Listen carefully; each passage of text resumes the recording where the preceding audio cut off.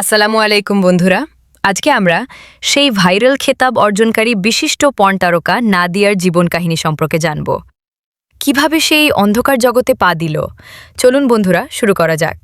ভিডিওটি যদি ভালো লাগে অবশ্যই লাইক, কমেন্ট এবং সাবস্ক্রাইব করবেন। আর যারা ফেসবুক থেকে দেখবেন অবশ্যই পেজটিকে ফলো দিয়ে পাশে থাকবেন।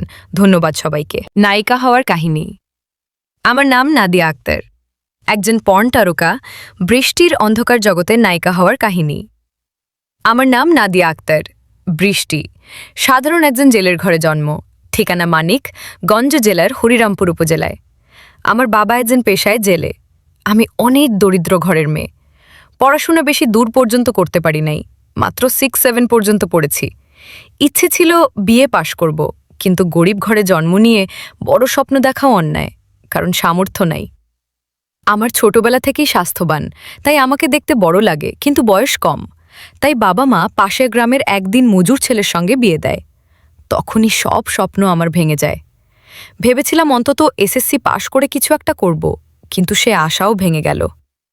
কি আরব, স্বামীর ঘরে গেলাম নুন আনতে পন্তা ফুরায় গল্পের মতো।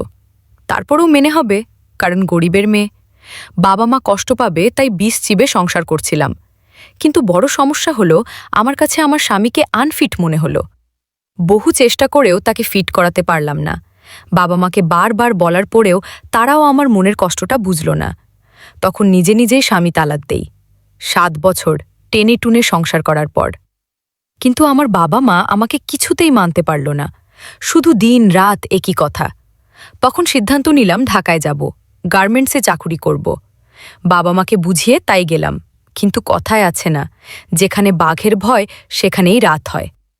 আমি দেখতে একটু নাদুস নদুস হওয়ায় গার্মেন্টসের জিএমপিএম সবাই মনে হয় ঝাঁপিয়ে পড়বে, এমনকি দারোয়ানও পর্যন্ত খারাপ প্রস্তাব দেয়। এইভাবে বেশ কয়েকটি গার্মেন্টস বদলাইলাম, কিন্তু সমস্যাও একটাই, একই কথা, খারাপ প্রস্তাব। এর মধ্যেই চট্টগ্রামের আজিমের সঙ্গে পরিচয় হয়। আমি আবার আজিমকে সব কথাগুলো শেয়ার করতাম। তখন আজিম আমাকে বিয়ের প্রস্তাব দিল। আমিও রাজি হয়ে গেলাম। ভাবলাম 10 ঘাটের পানি খাওয়ার চেয়ে 1 ঘাটের পানি খাওয়া অনেক ভালো। তারপর দুজনে বিয়ে করলাম। আজিমদের বাড়ি গেলাম, ঘুরলাম ফিরলাম, কিন্তু আজিম ওর অবস্থা বেশি একটা ভালো না মোটামুটি। তখন আজিমকে বললাম, বিয়ের আগে যা বললে তা তো তোমার কথার সঙ্গে মিলল না। তখন আজিম আমাকে বোঝালো, দেখো, যদি আমরা দুজনে এই জগতে কাজ করি তাহলে 1 বছরে কোটিপতি হয়ে যাব। তখন আর লোভ সামলাতে পারলাম না। সমস্যা কি, স্বামীর সঙ্গেই তো, অন্য পুরুষের সঙ্গে তঙ্গে তো আর নয়। এইভাবেই এই অন্ধকার জগতে পা দিয়েছি। এখন বুঝতে কাজটি ঠিক করে নাই, ভুল করেছি। এই ছিল নাদিয়া আক্তার, বৃষ্টির পর্ন তারকা হবার গল্প। তবে তারা পুলিশের হাতে ধরা পড়েছে। আইনের মাধ্যমে তাদের শাস্তি হবে, কারণ কোনো মুসলিম দেশে এই কাজটি করা সম্পূর্ণ বেআইনি, সমাজবিরোধী। তাদের যেন উপযুক্ত সাজা হয়, তাহলে আর কোনো মুসলিম নারী এই জগতে যাবার সাহস পাবেন না।